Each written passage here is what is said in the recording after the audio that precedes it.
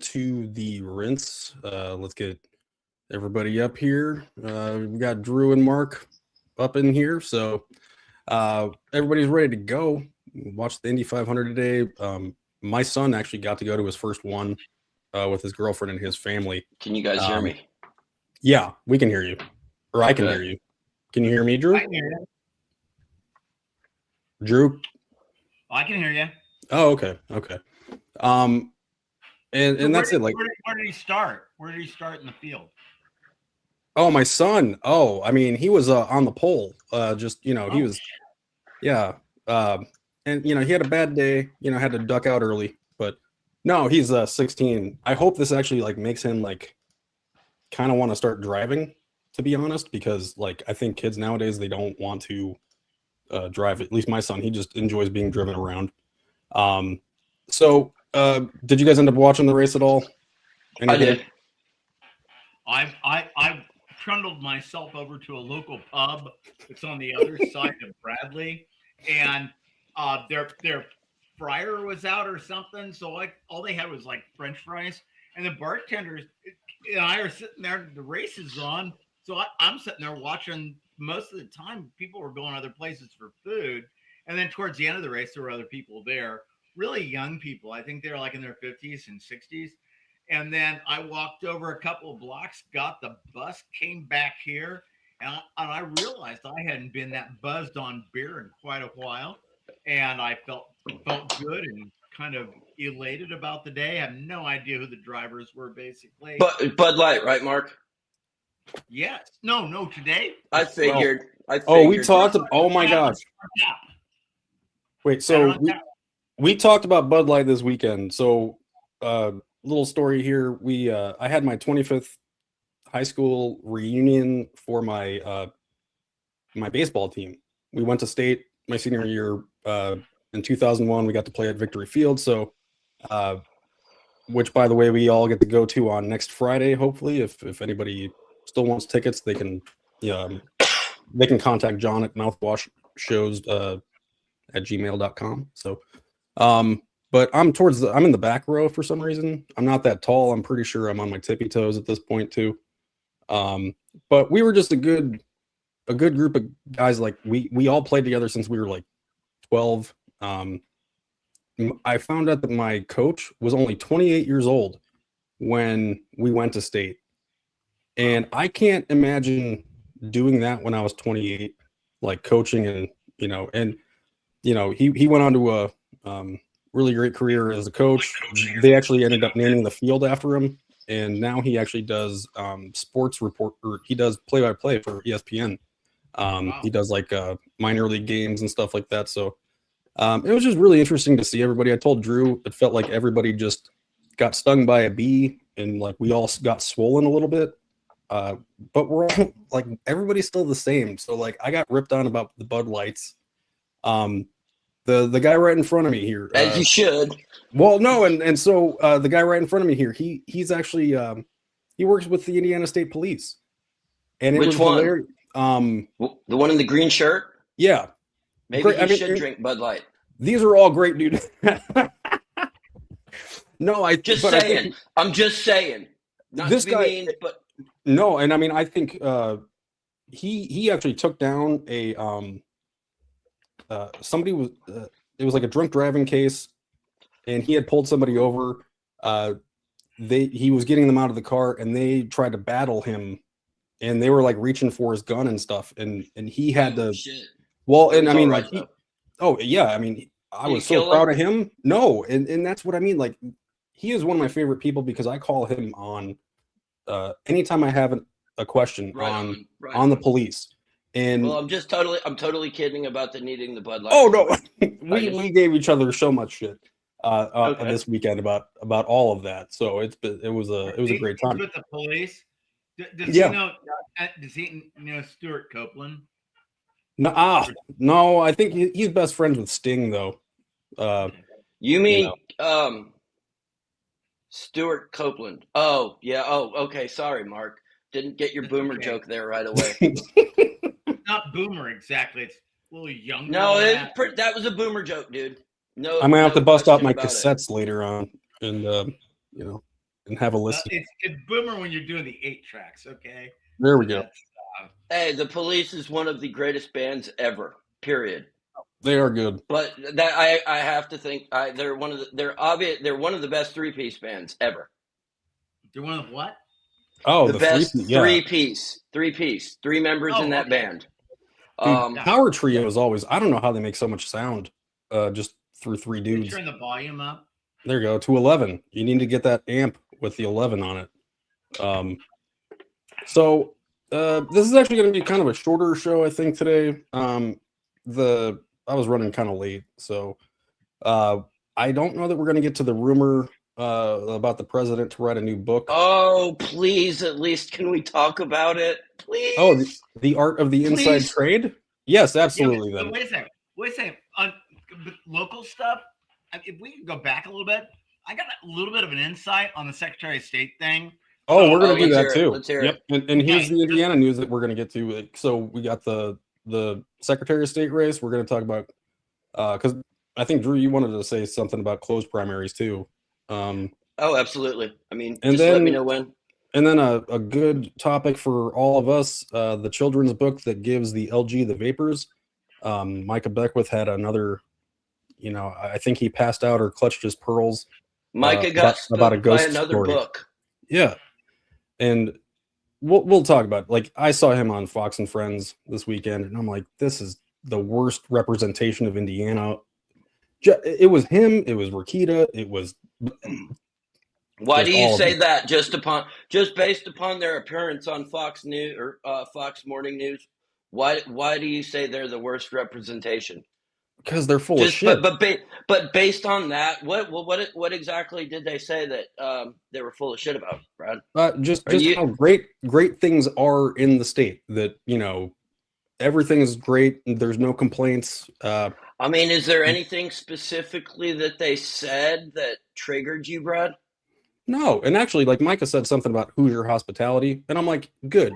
You got a lot of nice talking points. I get you do not like him because there's a whole heck of a lot of things that Micah does that I don't like. I'll be the first to be critical of politicians that I have defended in the past. But I don't think that Micah's appearance at the race was anything to say that you were ashamed of having him as representation. I mean, to be honest, some of the bullshit that he said is enough for that. But no. I mean, his appearance by the race, that's typical. I do believe that all lieutenant governors will do some sort of press thing while they are at the race. No, and that does make sense. And he pretty much stayed unpolitical about it, other than the usual, hey, we're doing good, the usual fluff shit that they usually send Mike out to do.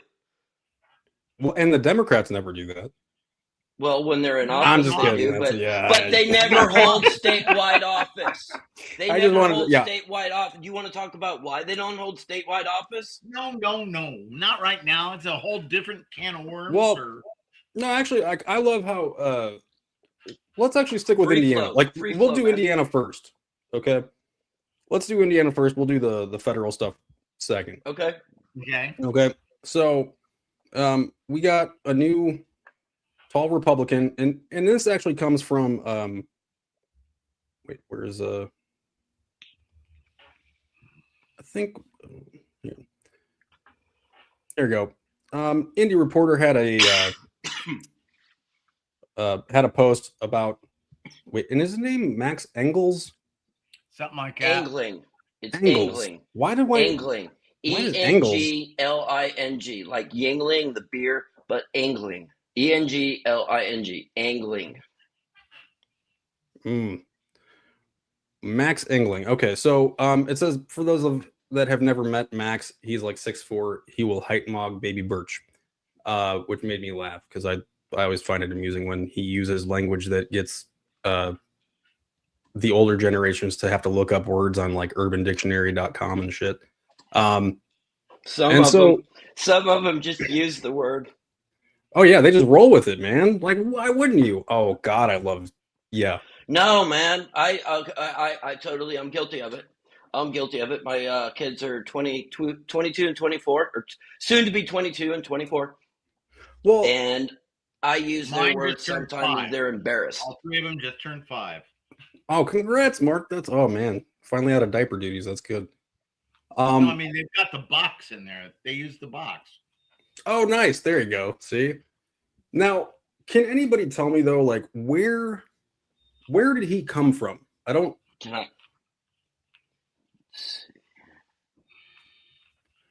See, and I should have looked this up before. Where did Max Engels come from? I'm going to say Angling. Engels. Quite some time. Angling.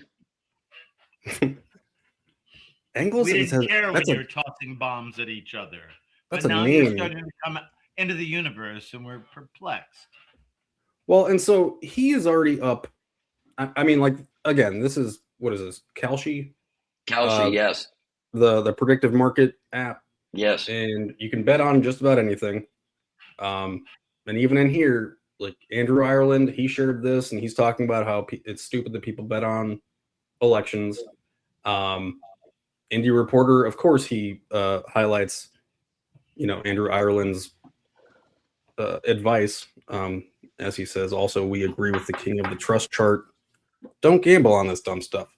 I mean, people wouldn't gamble on this kind of stuff, right? Like there's nobody gambling on Venezuela or like, any kind of military incursions or things like that.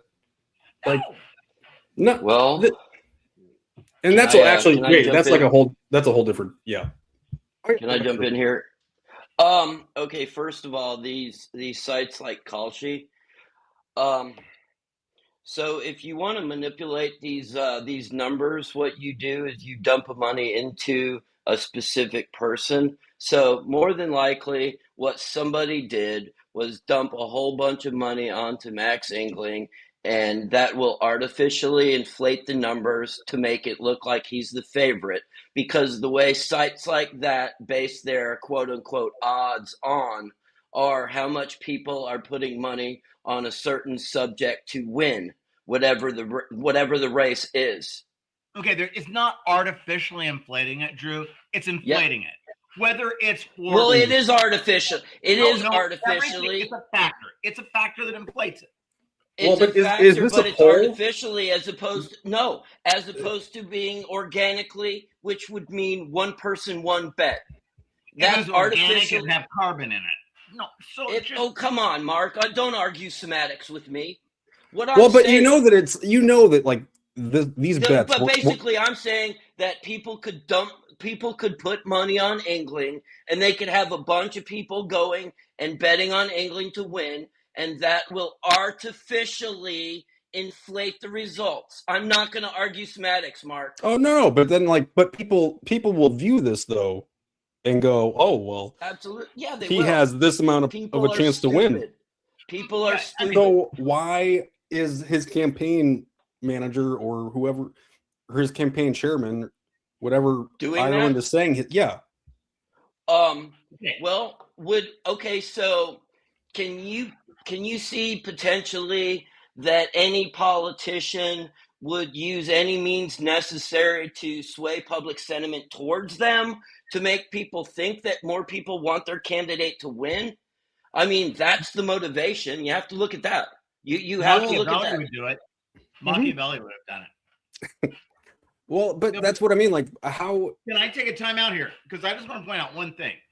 What I'm kind of mystified by is, and here's the math. There are X number of delegates for the Republican convention. Yes. There are X number who have been elected. So you go through county by county and look at the empty seats. And you look at how many seats the state chair can appoint. And I haven't looked at those rules lately, but it's basically the state chair gets to appoint any empty seats. And the county chairs can get to appoint them. If they didn't think that the incumbent right now had enough seats delegates to take that race, they wouldn't be freaking out like this. Or, because it just doesn't make sense. If they thought they had the numbers. Yeah. Who's freaking out? Who exactly is freaking out? the state people, and I think the ones that establishment. want England to win because they're afraid of Diego being. Yes, I mean let's talk about G.G.A.G because this all stems from the fact that Diego is he wasn't going to win in November. Like if he won and had to battle he would have gotten toasted. Again, I really think the only candidate that has experience and is the logical decision is Shelton. Absolutely. Shelton's awesome. Yeah, he has integrity. Like he's able to talk to both sides and not insult one. He has a bitch and tie collection. No, and yeah, and his campaign pins, that those were insane too. But what does that say about, I guess, what the Republican establishment in Indiana wanted to achieve? Because they didn't go and say, oh, well, okay, Diego's not going to win. Let's put our support behind Shelton.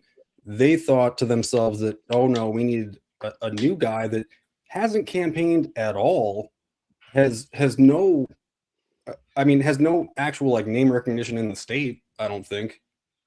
And they're backing him up. He's running on Jim Banks's letterhead. Let me offer this also.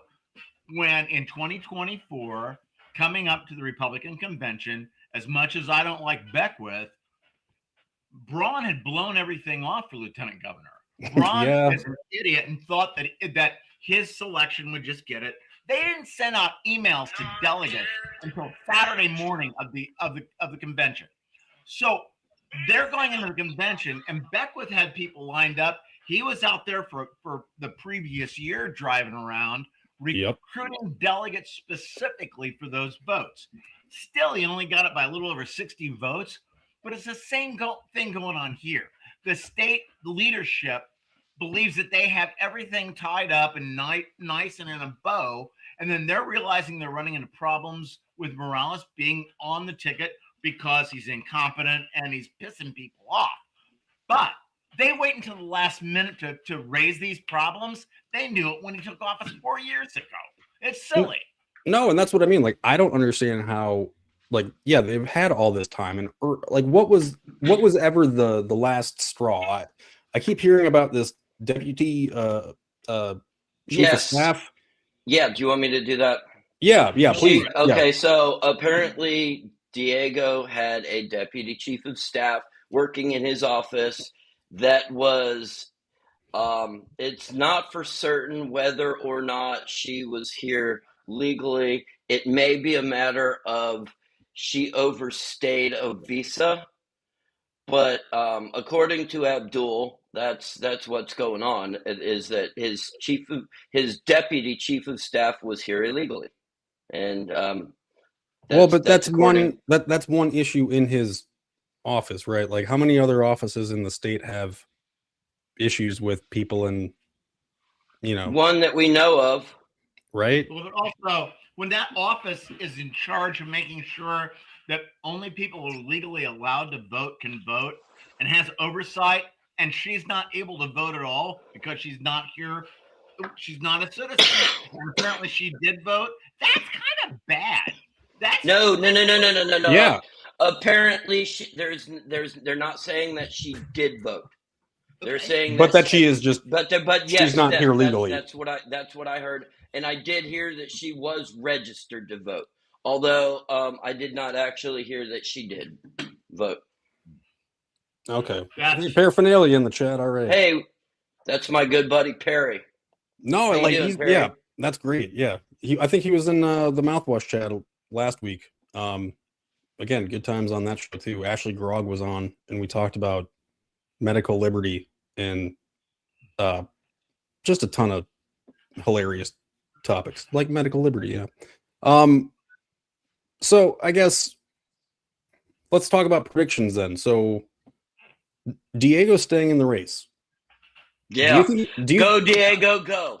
Diego, go. Keep. Do you think the pressure?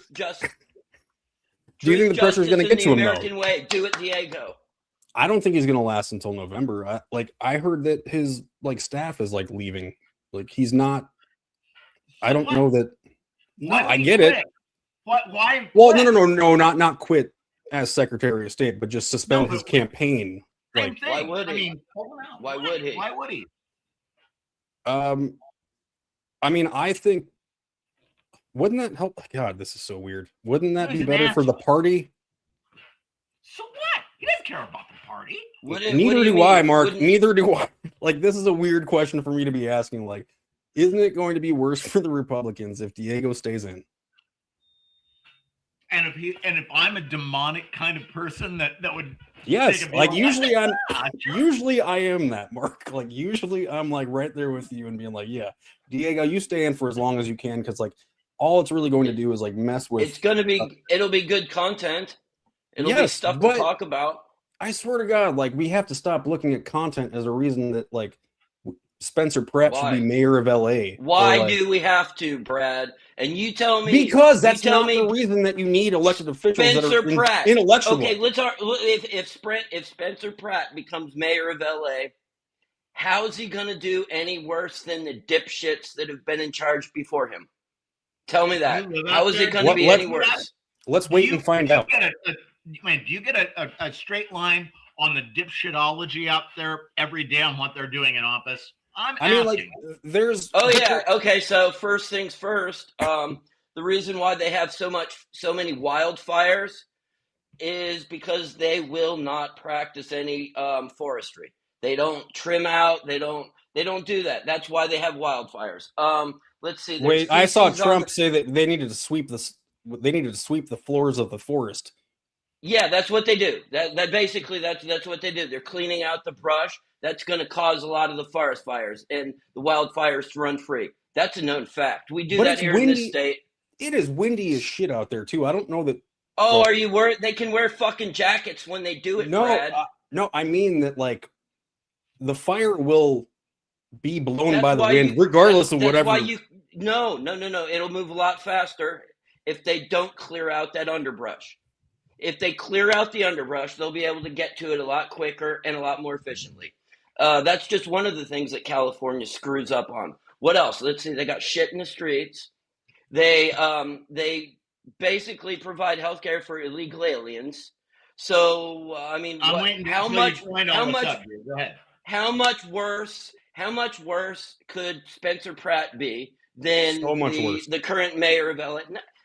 You can't get much worse than that place is right now. Again, like, why is it that sometimes it's the argument is like, oh, well, it's the devil you know versus the devil you don't. But then the second that like you are in favor of the devil, guess what? If the devil you know keeps screwing up, you give the devil you don't know a chance. And then if you don't like what the devil, if you don't like what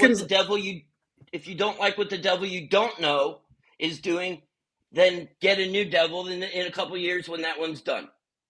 That's what I mean. Like those are just, I feel like, famous last words of like, oh, well, how bad could this guy be if this one was that bad? Like it could be like a billion times. Like we don't know how bad.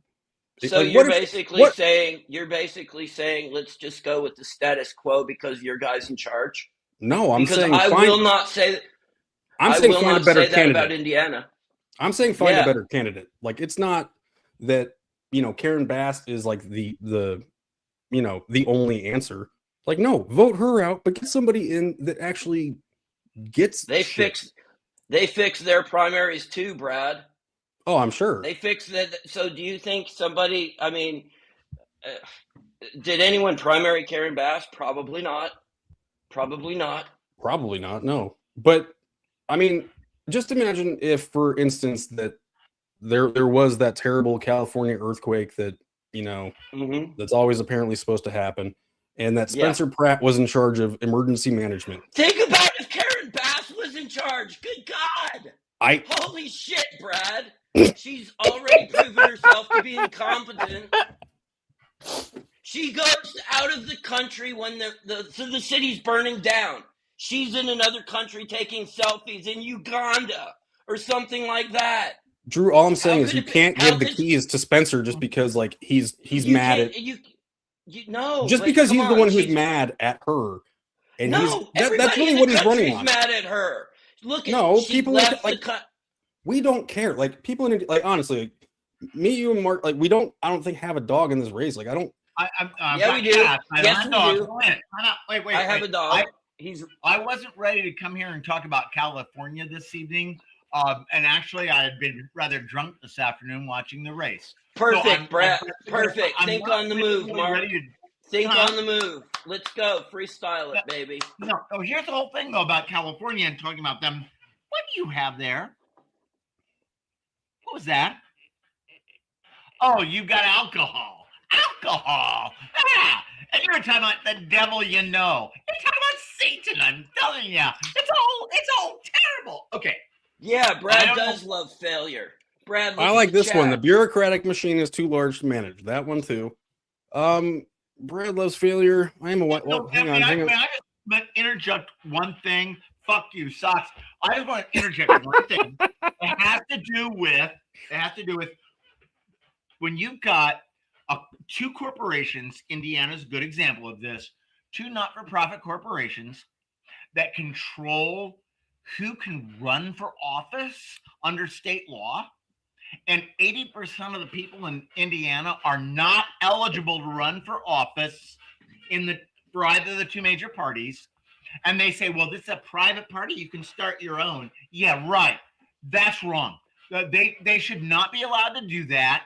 And the courts that have approved that in Indiana say, well, they are private organizations. They're also members of the same two parties. That's wrong. I mean, that's absolutely wrong. And this is a perfect segue. Oh, yeah. I mean, no, because we're talking about primaries and stuff. Like, yeah, that's perfect segue. I think that's absolutely wrong. You should, anybody that can, if John Schmidt's like 5 years ago, whatever, was going to run for mayor as an independent candidate, and the two parties put him through all this crap, and then he came up with like 80 signatures short when he had like a couple of thousand more than he needed. It's bullshit. And they sit there and they control that. Now, anybody in the state who's eligible to vote should be able to put their, to try to be a candidate for any party or as an independent. Now, there should be some hurdles if they're going to do it statewide or something. Like signatures? No signatures. No. That's awful. There'd be something minimal, because people running for office, everybody should have at least a chance, and not because everybody should have the American dream. It's because otherwise these bozos run it, and they say what they're going to do in the party and how they run things. And I'm sorry, but Jim Bopp Jr. is an example of that. I mean, he rewrote it, and it's bullshit. Well, you and Drew just made there's little hearts, I think, around Drew's head now. Like when you rip on Jim Bopp. No, he's got the Yankees behind him. I'm sorry. It's better than your loser team, Mark. I mean, listen. The White Sox own Chicago right now. The Cubs, okay. But first of all, both of your guys' teams suck. The Cubs suck, and the White Sox suck.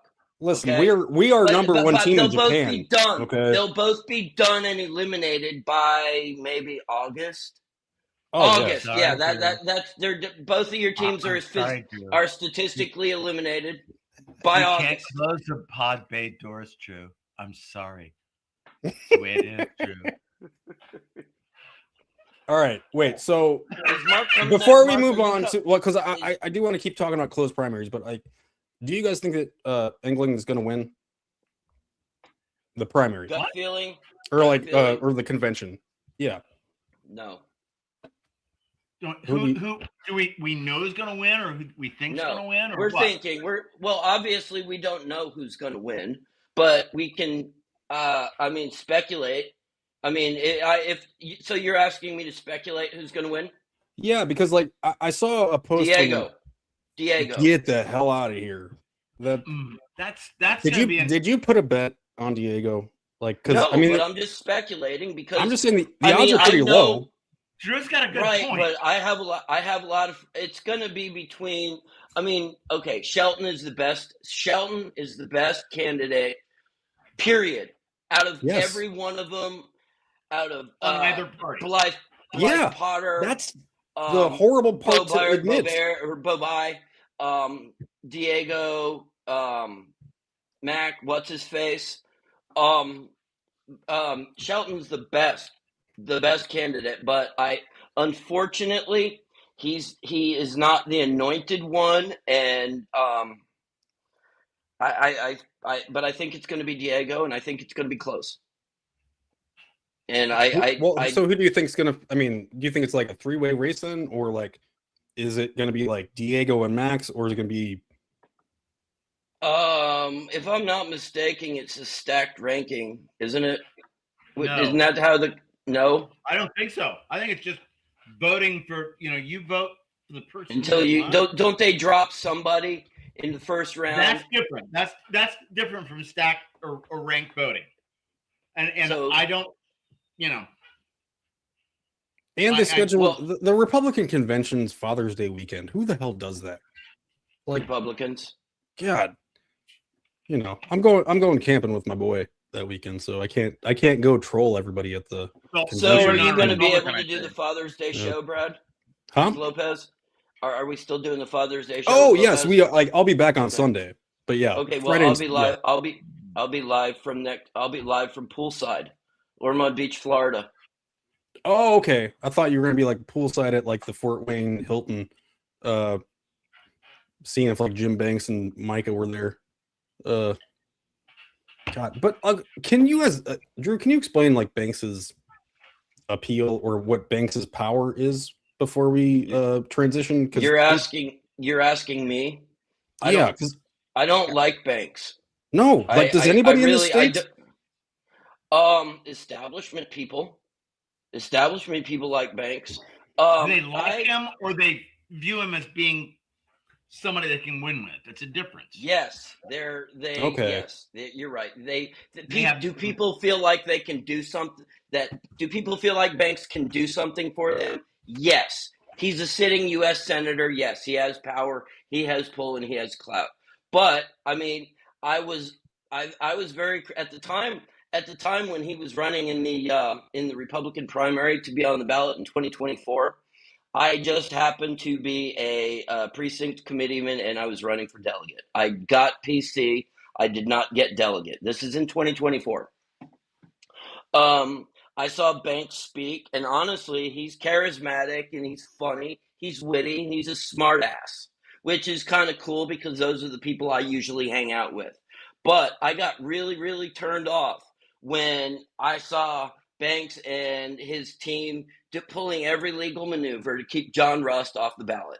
Because frankly, I would have voted for, when all was said and done, before that all started, I was Team Banks. I thought he was pretty cool, and I would have voted for him. But he did everything he could to keep John Rust off the ballot, and then in the general, he refused to debate against Andrew Horning. Now, I don't care what political party you are, you just can't. I mean, Andrew Horning is a very, very smart guy. You cannot dismiss what he has to say. Frankly, hold on, let me finish. And frankly, I think Banks is a coward for not debating with Andrew Horning.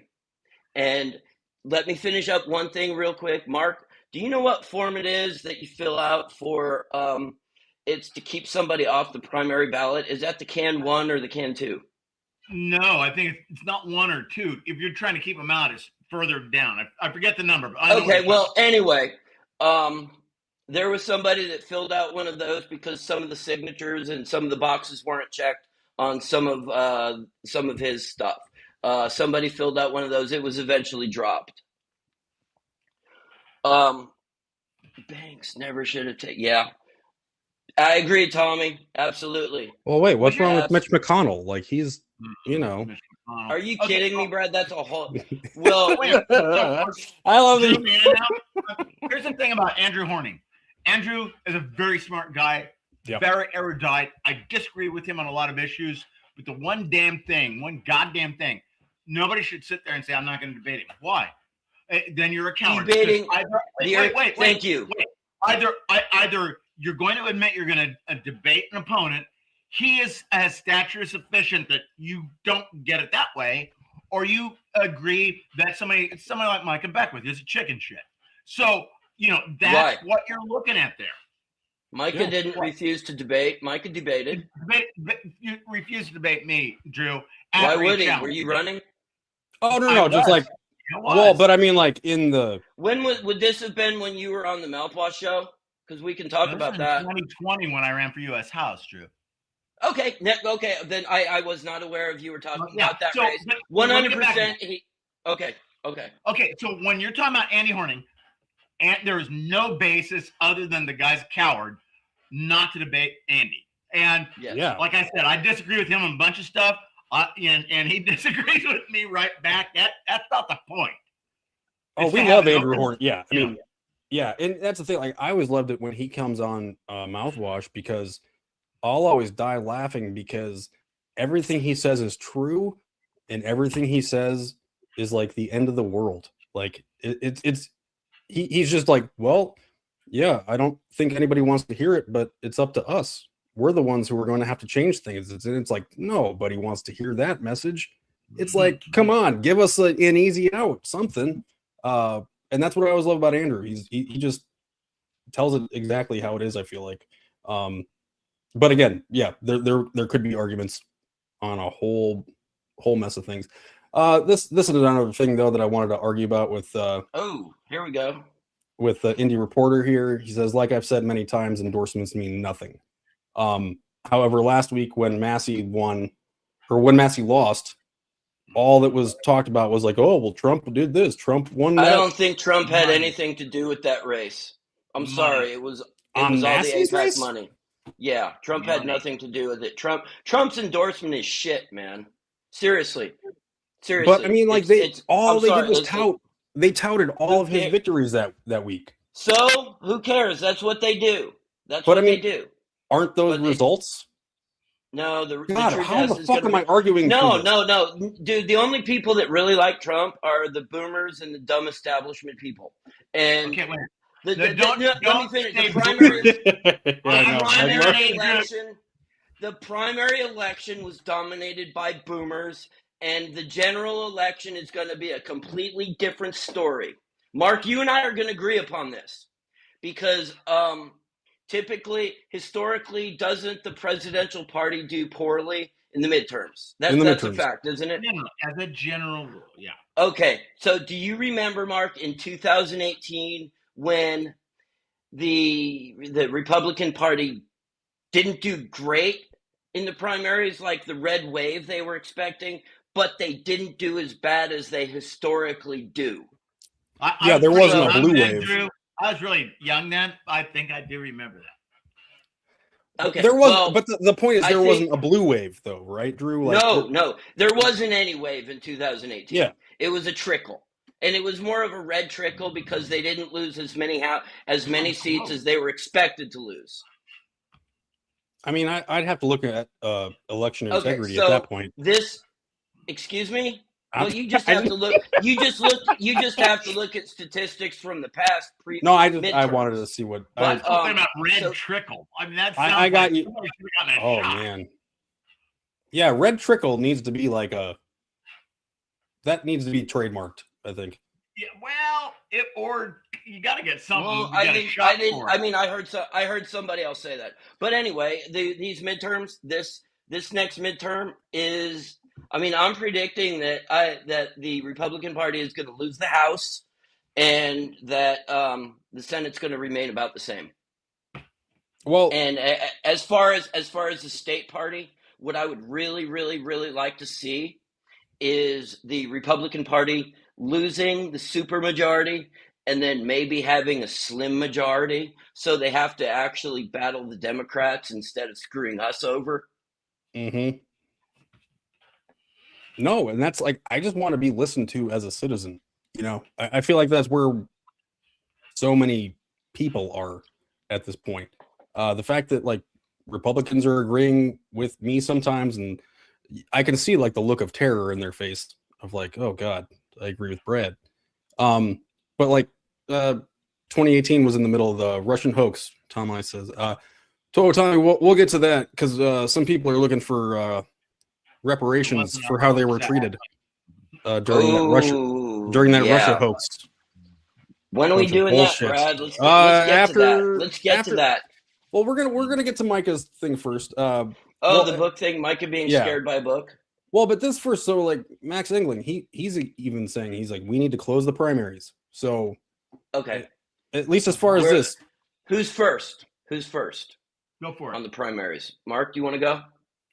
Okay, what's the question of the primary? Well, should they be closed? Is there two? Okay. No, because it's the whole thing. It's not a private fucking club. I'm sorry, not a private. You're club. good. These are corporations that are trying to take over our election system. They already have. Well, God damn it, you should be able to vote in those. And as long as you're a registered voter, it shouldn't matter if you're RDL or whatever. The L's don't have primary in them. But Mark, no, we have a convention. We have a convention, which is what both of the other parties should have. And they have a convention that they charge their delegates for. They make money on their convention and charge their taxpayers for their primaries. Are you kidding? They should not have a closed primary at all. Okay, that's repugnant to the notion of like any kind of free society. Yeah. Let me know when I can go here. No, you're up, Drew. Well, first of all, the taxpayers shouldn't have to pay for the primaries. Absolutely. But if they do, and the taxpayers pay for the primaries right now, they should have to remain open. Because I've heard everybody talk about Operation Chaos, which was 2008, where the Republicans slammed the ballots for Hillary Clinton in the hopes of getting rid of Obama. So now they want to close the primaries. I'm saying, you know what? Either you can close the primaries, but you pay for them. The Republicans pay for theirs and the Democrats pay for theirs. Or do all that shit in convention. Do all of that stuff in convention. It can be done. The Libertarians are doing that. They're actually having their national convention right now. So how's that there's going, no reason. Wow. Maybe you and I should talk offline about how that's going. But okay, but I mean, including me from the conversation. Yeah. The taxpayers shouldn't have to pay for the primaries for the private parties because they are private entities. That's been ruled upon. So why should that's not what should be? That's not what it should be. I'm sorry. They should exactly. Yeah. But I don't know that if a certain candidate moves you to vote for them, you should be able to vote for them. I don't understand how, like, say for instance, I drew a Republican ticket because I wanted to vote for David Shelton, or like, I mean, actually, no, that's in convention. But like, say I wanted to vote for a Republican candidate in my district. Why wouldn't I be allowed to do that as a Hoosier, I don't want to have to define like what party I am before I even know who's, running and doing things. So how does that even make any sense? When I ran for U.S. House and I was walking down the street in Broad Ripple, it's 2020, a bar owner was coming toward me on the street, and I'd known him for years, and he was always happy-go-lucky and everything. He got close to where and he goes, "Mark, I voted for you," because it was early voting, and I said, "You have no idea how much I appreciate that." And that was that was really a compliment, because what I was arguing for was prudent spending and also people having rights. But to have somebody whoa, that's pretty broad. That's pretty broad there, buddy. What rights were you talking about? Oh, drugs. I'm dealing with have sex and just lifestyle. Well, no, I mean, when you say you were arguing rights, that's a pretty broad statement. That's a very broad statement. I was talking about legalizing all drugs, about people having free speech. You get this pained expression on your face, Drew, when I said legalizing all drugs. I thought we agreed. No. Last week you guys were all gung ho on that. Yeah. So I also was arguing. Where do you draw the line, though? Where do you draw the line? So legal drugs. If you ask me, cocaine and marijuana should be legal. No. That's when just my opinion. When I was in law school, classmate, we were in criminal law, crim pro, and I said, well, people should be able to have possession of quantities of cocaine for personal use. And this guy in the back goes, define quantity for personal use. I said 2 metric tons. Yeah. And so, like, screw it. But that has to do with government isn't doing anything to stop people by making it illegal. And all the problems from it that we normally associate with drug use all go up when you make it illegal. When it's legal, people are going to try to get, we talked about this last week. Yeah, we did. That's exactly what I was just thinking. Yeah. That's exactly what I was just thinking. Another thing, and another thing, and this, nobody talks about this. The other thing I was talking about was, and only a federal government really has leverage to do this, is to stop funding professional sports, subsidizing it, but especially in terms of subsidizing things, stop tips. Tips are like putting credit card ads at the front of a college class. Tax increment financing. Yeah. Yeah. Yeah. I mean, Thank you, Drew. Yes. Giving freshmen in college a credit card, it doesn't turn out well. And no, but I told you before, Mark, I got a free T-shirt out of that deal for signing up for that credit card in college. So, like, point for me, I think, on that. Let's see. Columbia House Records had the whole deal too. Oh, as an undergrad. Chewy. So, no, Columbia House and BMG, those were all just like the biggest freaking scams of them all. All right, yeah, I'm gonna put this up now, and oh boy, Drew, do you want to, Mark? Because I have to go to the bathroom here for a second. Okay, hey, make sure you mute your microphone, dude. Okay. I know, police squad. Okay, so yeah, go, Mark here. I'll take the reins here real quick. So, apparently there was a grandfather. I'm not sure what part of Indiana he was from, but he sent Micah Beckwith some pictures of this book that is, obviously we've got some graphics up right now. The book was I guess called Demon Boy. Uh-huh. And Micah reposted this what we're seeing about right here, and basically Micah got triggered by a book, and I mean, Mark, what do you think about that? Are you looking at the same graphic I'm looking at? I am. I think it's silly. I think that if you're going to put controls on books, period, the review of books that are going to go into a library by age group, those are pretty extensive. So when publishers sell those, they don't want to get sued by people, and they're making sure they got reviews by librarians and stuff. So when you've got something like Demon Boy, okay, there are going to be stories that are going to involve like magic and dark arts and all sorts of that's Harry Potter and stuff. Well, you know what? Kids need to read about a whole bunch of things in life, and it's thought provoking. It works the brain. I mean, yes. Okay, so when I look at something like this, I think of like Halloween or some sort of a cosplay or something like that, but I really don't think it's demonic. Right, it says Demon Boy. Or Necromonicon, you know. No, and this is based all off of a true story out of, like off of a ghost story out of Nevada. Like, I'll be right I think back. this is a book of like localized horror stories and stuff.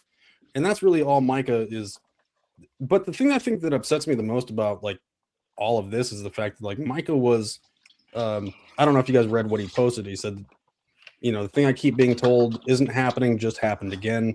I recently reviewed a text from a concerned grandpa, and I'm kind of wondering what Micah told the grandpa.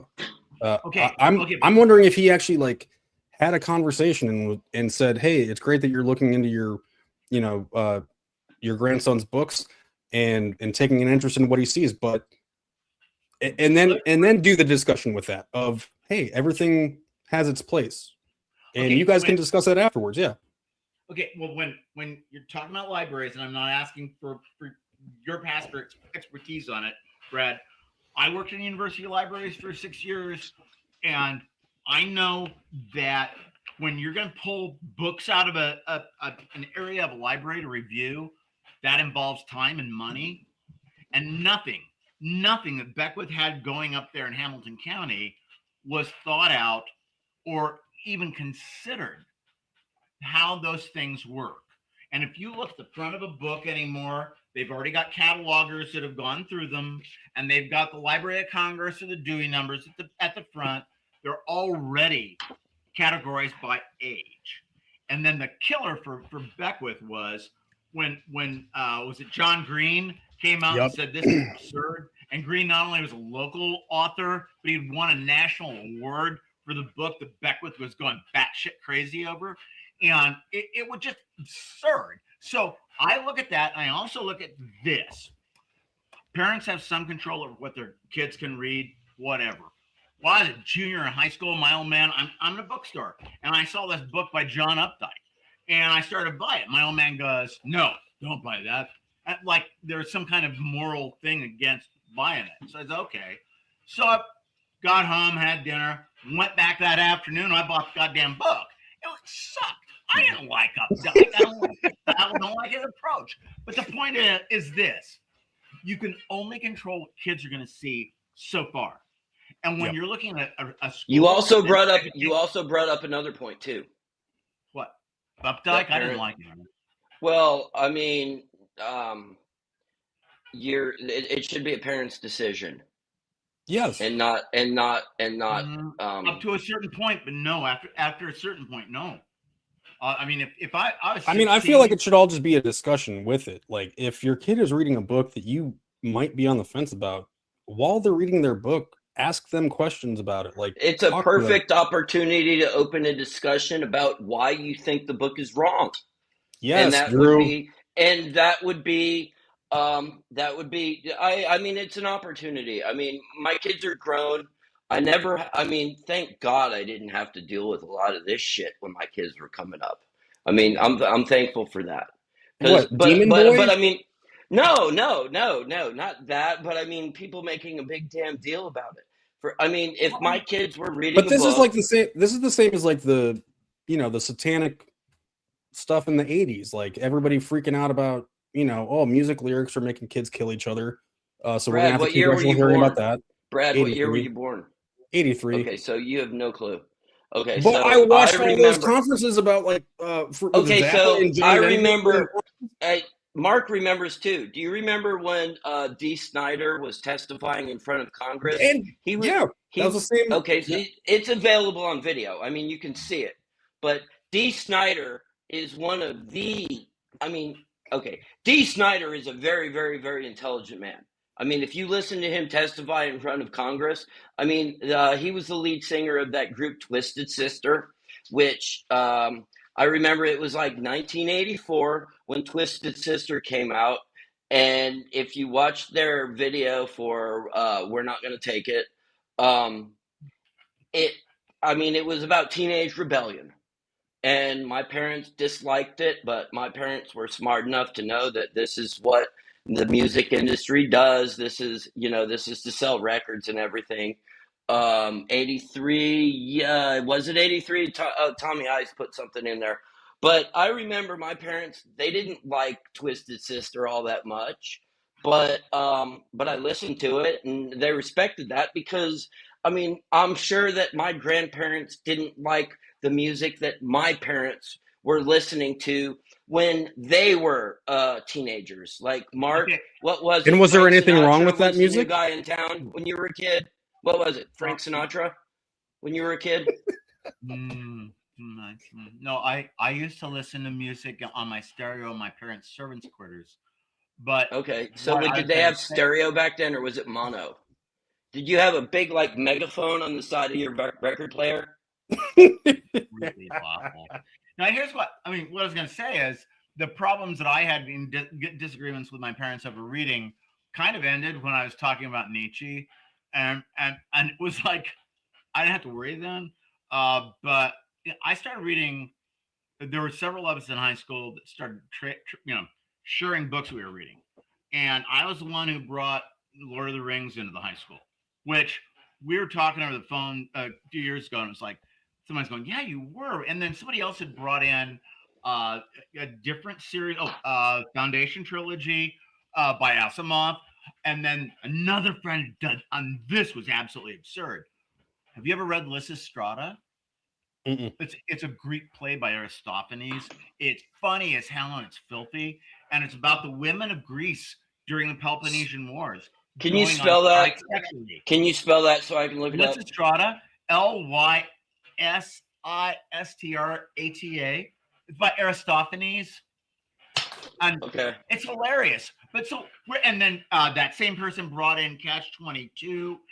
We're just trading this stuff around, and this was a little rural high school outside of Kokomo. Well, those were really important books. Nobody stayed in Howard County after that. Everybody that graduated left. I hadn't thought about that before. Maybe that was something that made us get a bug or something. It was in those books, and it was like a subliminal message that got us to leave. Anyways, that's why they don't want you to read those books, Mark.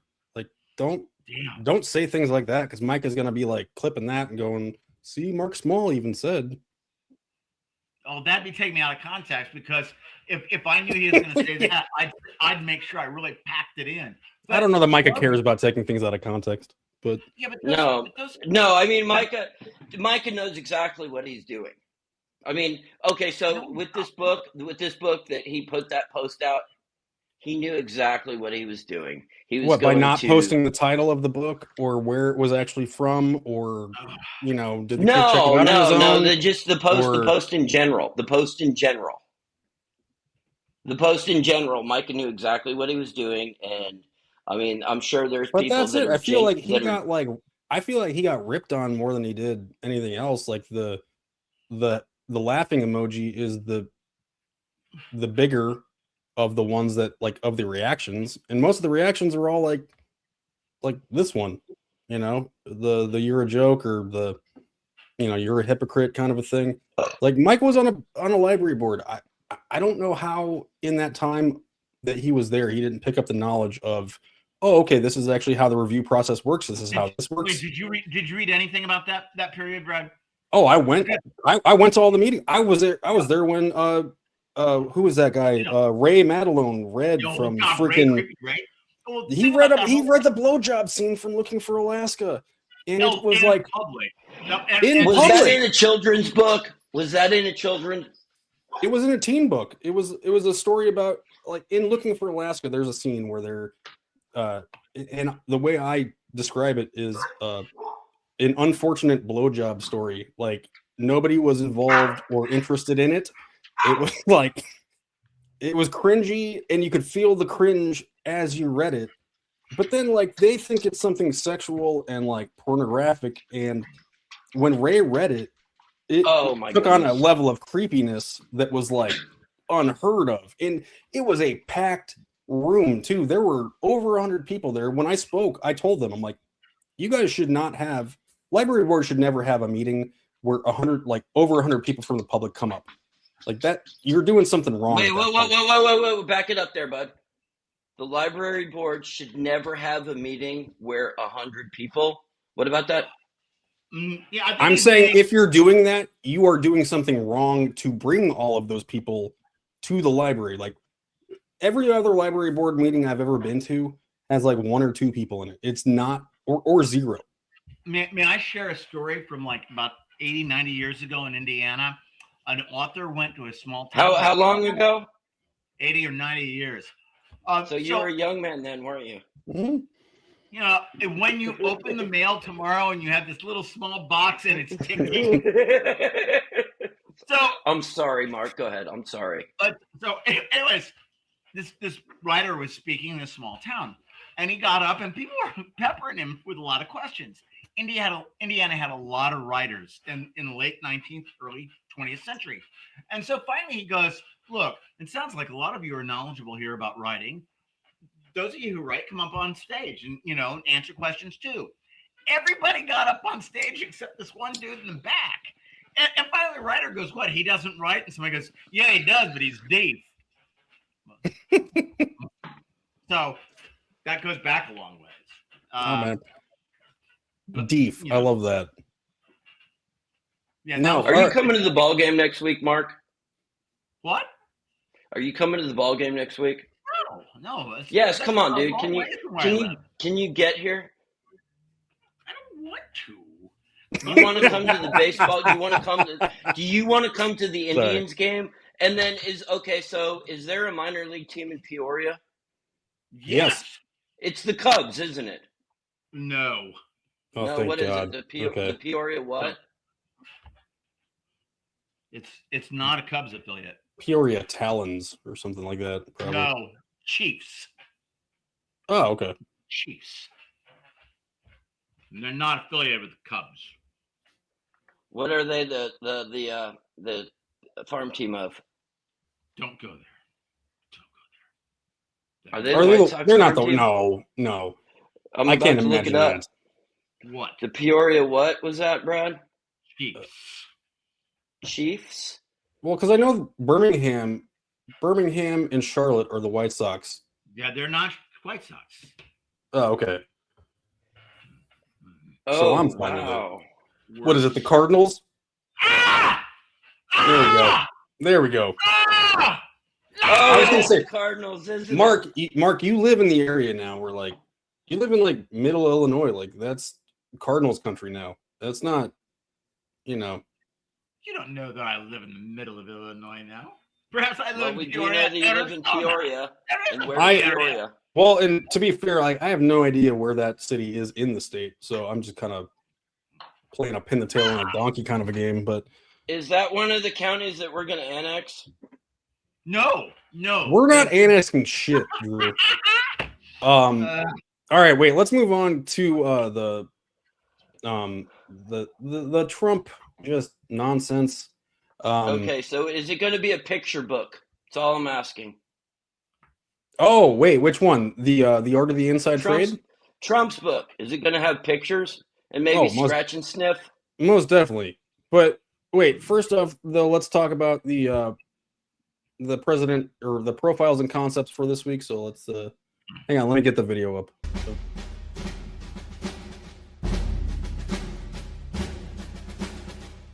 I have concepts of a plan.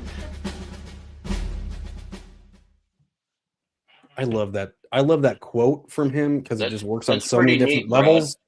Just he has concepts of a plan, and in this one we're going to talk about his concept of a plan is suing his own IRS for $10 billion. $10 billion. Not his own IRS. It's not his own IRS. It's the IRS. Well, for leaking his tax records. Okay, they leaked his tax records in 2019, or during his first term they leaked it, which that actually means that it's his IRS at that point, right? No, well, you can't. I mean, it's not Biden's, but no. I just mean that it's not Biden's IRS. It was not Biden's. Okay, that's all I want to know. Rachel Maddow. Do you remember Rachel Maddow had this big thing, and she was like, "Oh, these are his tax returns." Wow. Because there was nothing exceptional about the tax returns that were released in 19, because there were no rules that he broke, because the tax code is written by the rich man for the rich man. And what happened to the guy who leaked them? Because I don't know. Did anything happen to that guy? Yeah, actually, he ended up going to prison. He went to trial. He was found guilty. And he was sent to prison. Probably he should be. He should be. And that's not the part that anybody I think has an issue with. If you leak any kind of government document, whether you're a Democrat or Republican or independent, it comes down to whether you're hurting the country as a whole. Okay. That's Brad. You're treading on thin ice there. Yeah, because you forget about the Pentagon Papers. Those and came what about out. Edward Snowden? I know, and that was later. But going back to the Pentagon Papers, Daniel Ellsberg had been a Marine in the United States Marine Corps in Vietnam. He had a PhD in psychology. He's reviewing all these not psychology. It was something else. He had a doctorate. He was working for forget which corporation that was a not-for-profit, but he's going through everything, and all these records from the early days of Vietnam War showing that Truman, Eisenhower, Kennedy, and Johnson all were advised that there was no way in which the South could gain a military victory in that conflict. No way. Nixon was in office when Ellsberg released those. Nixon was angry about that because he felt that it showed. He was about to do a kind of a real quick change thing on Vietnam himself, and he was kind of angry about that. Rand Corporation is who he was Ellsberg was working for. So that was an example of records that they were keeping away from people, not because if somebody found out it would jeopardize anything, but because it showed how stupid the whole policy was. I'm going to add one more thing, especially when it has to do with, like, we've got some the spacecraft that went around the Earth for over a year. It was top secret, and nobody can even tell the American people what it's about. Just went around for like a year.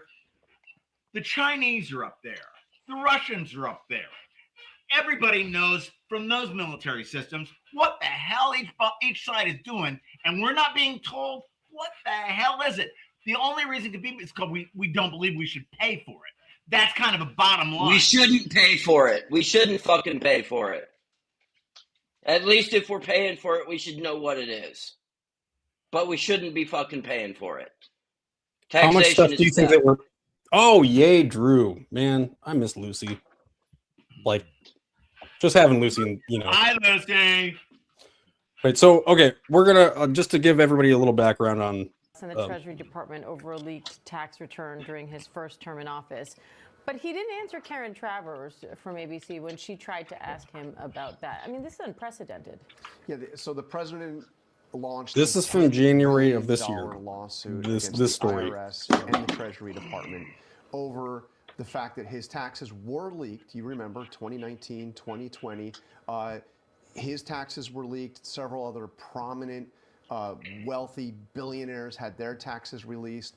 The person was eventually caught, actually pled guilty, served 5 years. 5 years in prison was the sentence.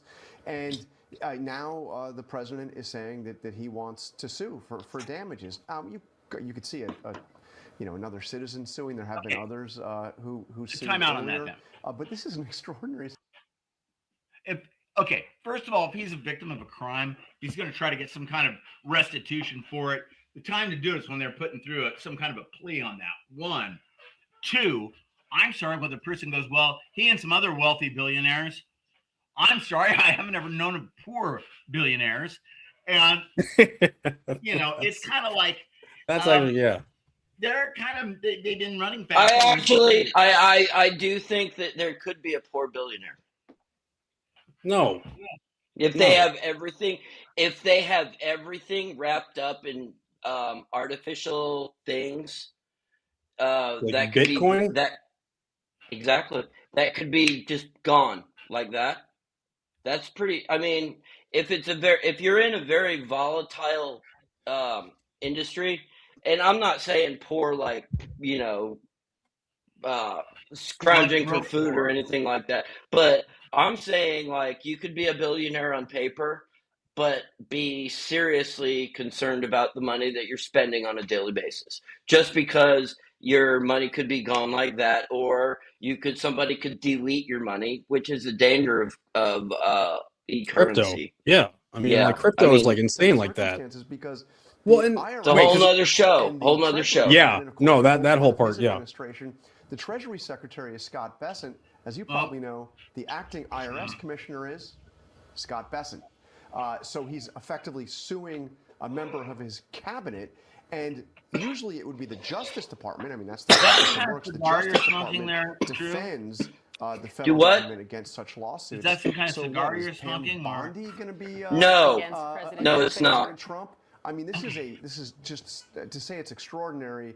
It doesn't actually fit what's happening here. It's beyond that, and we'll see where this goes.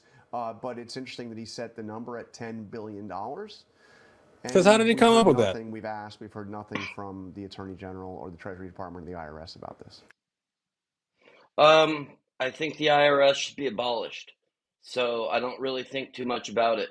I think that, honestly, I think the IRS should be abolished because if you think about it, their cost of operation versus the amount of money that they bring in which could be done automatically. Like, dude, we have money taken out of our paychecks every single week. The IRS doesn't. That costs the IRS nothing. So why do they exist? They exist. I mean, they exist to exist.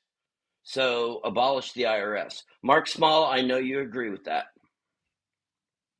Well, and that's it too. So with with so Todd Blanche got like kind of reamed by like during testimony, and he held it like, I don't want to say he held his own. He just made arguments that were stupid. But he did say, he was asked how many taxpayers' returns were leaked, and they said that it was 405,427. And so Trump is one of those. So like, do all of those 405,000 deserve some sort of $1 billion settlement? I mean, to be perfectly honest, can he really prove damage on that? Yeah. Like, How? I don't know how you could. That's what I'm saying. Can Trump?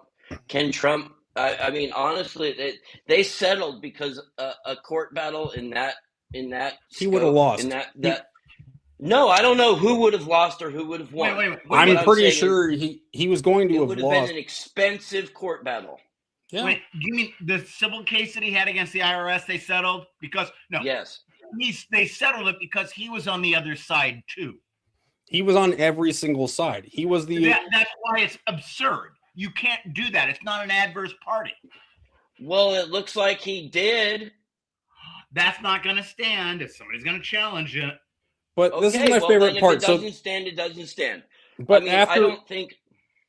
Oh no! Just after the settlement, this is Trump's reaction to everybody being upset about the $1.776 billion settlement anti-weaponization fund that can be accessed by people who were wronged by the Biden Department of Justice. This is his reaction to that. It's not, he's more pissed off that anybody's like upset about the 1.776 billion, while when he could have just gone through it, and he thinks he could have gotten the whole 10. So like, how is that just? How is I just don't understand how people aren't upset or like disgusted by that. Like, it just seems like he's like ripping off the country, and we're like, yeah. Thrown out there. There's so much crap going on that he's thrown out that it's tough to keep track. Abolish the IRS. Just abolish the IRS. Well, one thing you shouldn't abolish is the CIA. Culinary Institute of America is one of the finest cooking schools. Okay. It's at Excellent. Cornell. Excellent. I actually do have a friend that went to CIA in New York. That was actually one of the schools that came in and talked to my college class at Vincennes, the culinary kids. So yeah, CIA. Yeah, but the Tom, CIA is great. Eagle Speak was not the same thing as whatever this is. There was something under Obama, but Obama wasn't the plaintiff in the case. He wasn't. His attorney general wasn't his former personal attorney, and the people he was suing wasn't the Secretary of Treasury, who was like in his back pocket too. Like, do the characters make the situation any different, Brad? Yes, they make it to they do. Everything makes it easier. They do. Yes. Do they change the facts? Do they change the facts? No. What changes there? Do they change the facts though? Regardless of who is the plaintiff and who is the plaintiff's lawyer, are the facts different? The yes or no question. Wait. The facts are different. How? How are the facts different? I don't think that this is the same case as Operation Eagle Speak. Like, I can't give any specifics on Eagle Speak right now, but it's not this. Like, this was something we all witnessed. And Drew, I kind of wanted to get your point of view too on this, because we talked earlier about it. And I think I actually wanted to show you this one too, because this was my favorite of the cartoons that I saw. Was your flagpole damaged from beating a police officer on January 6th? You may be entitled to some compensation. Funny. How that's is that pretty funny. like, Drew? That's not. You It's saw funny. a cop. I'm sorry. It's funny. Drew, can I? But okay, the ICE officer that shot Alex Preddy and Renee, not funny, but because they were in front of a law enforcement. In the entire arguments that I heard from them was, don't mess with law enforcement. Don't be in a position where you're trying to do something with law enforcement. These guys were beating the shit out of, like, you saw law enforcement like, yeah, we did talk about this, Brad, and there were people that, and those people are still going, and those people should not receive any compensation whatsoever. If you chose violence, you should not be compensated. But I know for a fact that there were people there that did not participate in any sort of violence whatsoever, but they had their lives ruined. They were investigated, they were harassed, and I know some of these people personally. And those people, if they were harassed and they deserve to be compensated. But if somebody was there and they weren't committing any violence, they were just walking through the ropes, the red ropes that the Capitol Police supposedly opened for them, and they didn't do anything other than walk around, and they got their lives ruined. They should be fairly compensated. But if you vandalized something, or if you commit battery or assaulted somebody, you deserve to be punished to the full extent of the law. But a lot of those January 6th people were mistreated. But the ones that are making the applications for the claims, like Enrique Tario, who, you know, like the guy from the Proud Boys, like, is that justified? Did he? And he's saying he's not greedy. What are his charges anything to do with assault? Yes, and he was.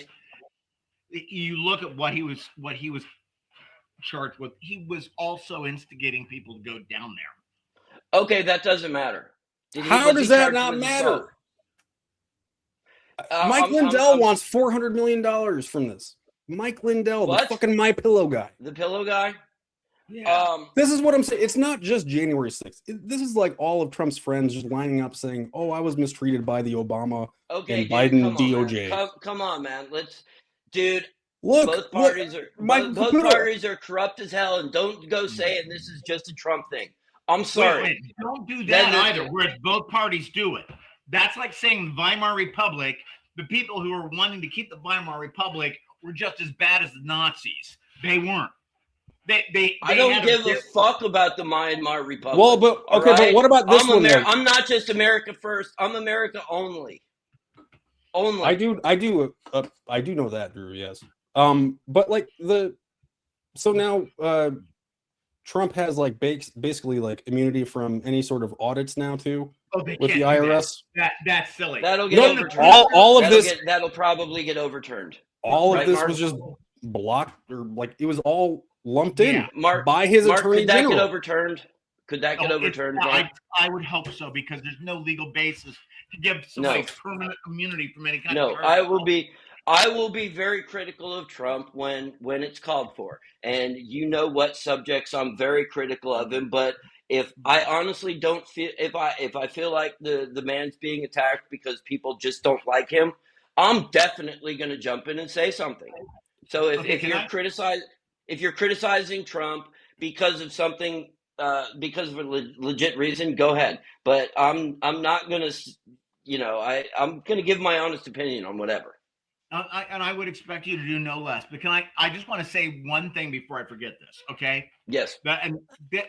This is not related, and I apologize for going off topic like this, but I saw a thing on MS Now last night where one of the panelists said, we're not supposed to call it a slush fund anymore. In other words, their network people had said, you can't use these terms to apply to what was going on there. Wait a minute. So then the other thing is, I'm trying to do some searches this morning on a couple of things that I've done searches on before. I'm expecting articles to come up. They're not. There's nothing I can access that even is kind of hinting towards negatives towards this administration. What scares me about everybody is not in corruption right now. Yeah, politicians are bad. But the ones that are really bad are the people who are purported billionaires who buy shit and then tell people they can't express themselves in certain ways because they own the thing. Wait, what are those? East Siders? Okay. No, and that's what I mean. Like what Mark with like Twitter and all that, and the Washington Post. There's a lot of people that don't want certain information discussed. Drew, I want to bring this up because this really pissed me off this week. All of this happened like over the last weekend, right? Like the DOJ settlement, the 1776 fund, all that stuff. And Trump even gave like his little he gave a little speech outside of his ballroom talking about how much security. Wait, the ballroom's not done yet, though. Ballroom's not done yet. No, but he was outside of it talking about how much security he needs because of the assassination attempt at the Correspondence Center. However, he was standing in broad daylight, in where the ballroom is supposed to be made. So I don't understand his quest for like, well, if I'm not safe now, like somebody should have been shooting him then. I don't, like it didn't make any sense how he was making that argument. But no, like conservative media did not touch this story, the 1776 shit. The Trump commencement speech got 20 posts. DC teens, like Janine Pirro was talking about getting DC teens under control. Graham Plattner, just like the guy from Maine, he got 2 posts. The $1776 billion settlement with the DOJ and the IRS like got 2 posts. That's it. My favorite thing though, I've been listening to Hammer and Nigel on 93.1 WIBC, and every day. Other than Ethan, that's the last tolerable show on WIBC. Well, and I love. Ethan Hatcher is awesome. I love. Yeah, he's a good time too. Ethan kicks ass. But Hammer and Nigel are cool as hell. They did not discuss this for the entire week. Like there was no stories, and even in the Fox News breaks, Fox News wasn't talking about it. And they had Senator Banks on. They had Tony Kinnett. They had some guy from Breitbart, and then Tony Samuel. I think he's like the Republican chair in the state or something like that. He's a big time Republican consultant. They only mentioned the settlement one time, and it was because I was on the chat complaining about it for the entire freaking week. And they mentioned it one time on Thursday, and the whole day on Thursday they were like, "Oh, I'm just tired of talking about Diego. Oh, I wish there was something else that was, in the news and blah blah blah." I'm like, dude, you guys they are avoiding this, and so why would why? Okay, can you kind of at least talk me off the ledge on that? Like, why is this never a story? Very easily, Brad. Very easily, Brad. Legitimately now, every single outlet, like a radio station, tends to lean one way or another. And if there's a certain story that comes out that might shed their side in a sort of a darker light, they're less likely to cover that story than let's just say a news organization that leans towards the other side. So meaning you didn't see that story on WIBC because frankly the majority of their listeners probably don't want to hear it. But why don't they want to talk about it? Like, why aren't they out there saying, yes, all those January 6 people do deserve? Like, why aren't they championing? Why aren't because it's controversial, and I'm sure that some of the people in their listening audience don't necessarily think that some of those January 6 people should get compensation, and I think some of them should. controversy gets airtime, and if you don't like that, Drew, blow it out your ass. No, but you said even so with the ratings, like what Drew, like how you were talking with like Diego staying in the race, that would be good for content. Like how is this not good for content if it causes some sort of okay. You're right, Mark. I'm not arguing that it's not good content. I'm only arguing, and I'm not arguing. I'm explaining why I feel like it's not being. I'm explaining why I feel like it's not being covered. Mark, you're right. It's not gonna, and you blow it out your fucking ass. But I mean, the reason why they're not covering it is because WIBC is a more right-leaning radio station, and something like that might be. I mean, some of their listeners might think that the January 6th people need to be compensated, and some of their listeners probably don't. That could be something that could be controversial. Although it might, like for us, the three of us talking about it. I mean, well, the three of us, we've got like 4 people watching. Jesus. Well, but that's what I mean. Like Tony Kinnett, like he didn't talk about it like for the week. Well, he's got millions of followers. And he's on. He has an opportunity to answer about it, and it's just. And Tony, that's the thing about Tony too. Like, I feel he's very opinionated and he's very, forward with it. Yeah, and so why wouldn't he have like come out in favor of the settlement?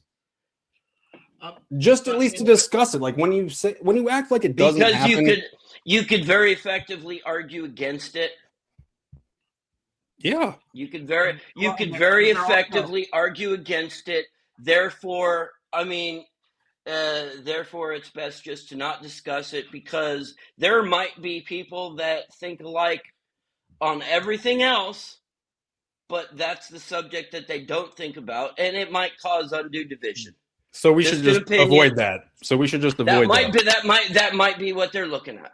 That might be what they're looking at. So that's just my theory. No, in 1968, I think it was. I was in a hotel dining room, and there was a table of people behind us, and they were probably in their 60s or so. And this lady was talking about how they had just gotten back from a vacation in Spain. Now, this was when Franco still was alive and in power. And this one lady goes, I don't know why people criticize him so much.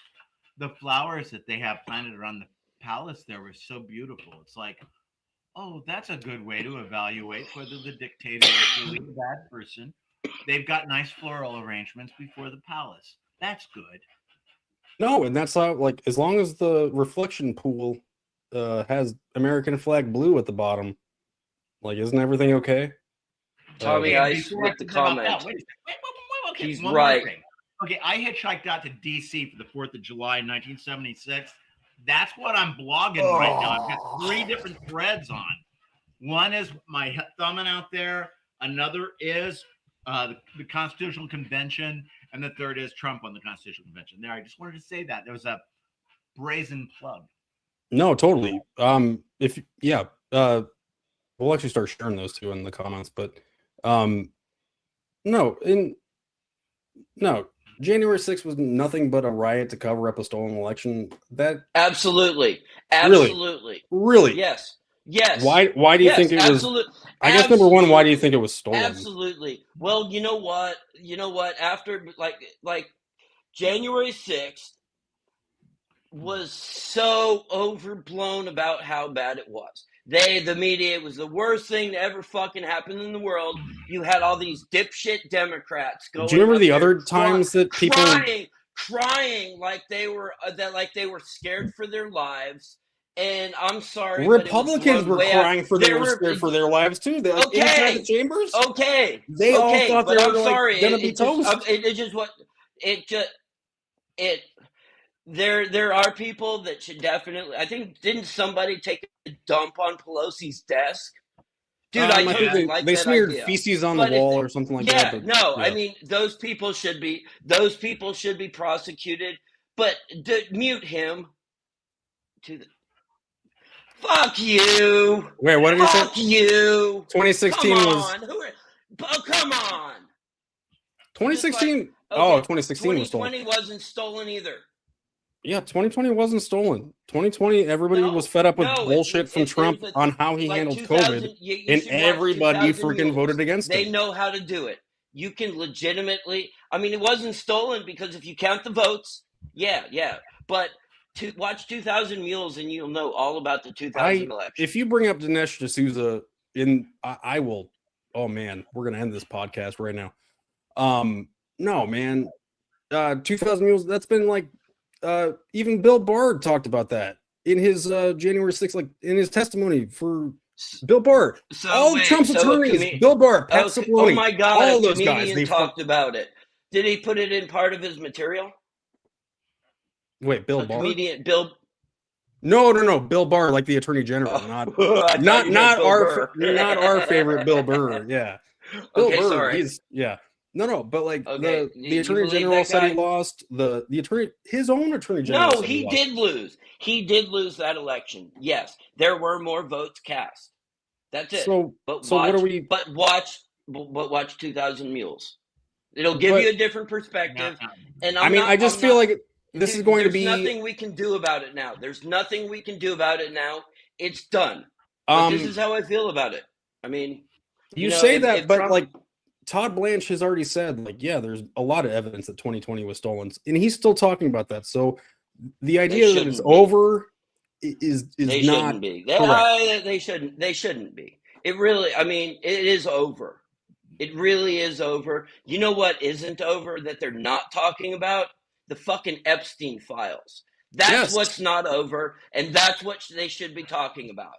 Or Iran, Or Iran, or the war in Ukraine, all of this bullshit is wag the dog. Yeah. Yes, but I have to tell you guys, I'll be quite candid. My last name appears in the Epstein files over 23,000 times. That's terrible for all those involved. That, man. I can totally believe that. How many cats you got, bro?